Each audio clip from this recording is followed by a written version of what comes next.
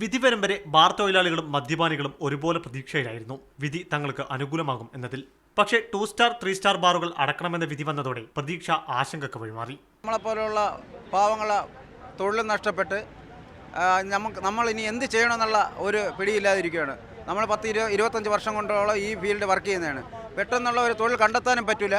ഇനി ഒരു തൊഴിൽ പഠിച്ച് നമുക്കിനി മുന്നോട്ട് പോകില്ല. ഇത്രയും പ്രായമൊക്കെ ആയില്ലേ. ഈ ബാർ തൊഴിലാളികൾക്ക് ഒരു ജോലി കൊടുക്കാൻ വേണ്ടി ഒരു സംരംഭം ഉണ്ടാക്കി വെച്ചതിന് ശേഷം ബാർ പൂട്ടിയെങ്കിൽ അതിനെ ന്യായീകരിക്കാം, അംഗീകരിക്കാം.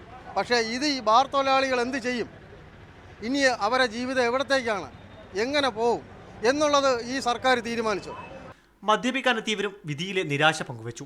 സമ്പന്നർ മാത്രം മദ്യപിച്ചാൽ മതിയെന്നാണ് സർക്കാരും കോടതിയും പറയുന്നതെന്ന് അവർ കുറ്റപ്പെടുത്തി. കോടിക്കണക്കിന് സ്വത്തുള്ളവർ, മില്ലേനിയനുള്ളവർ, അവരെ സഹായിക്കാണ് സർക്കാർ ചെയ്യുന്നത്.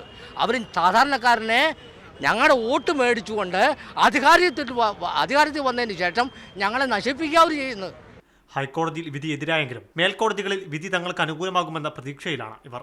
മീഡിയ 1 തിരുവനന്തപുരം.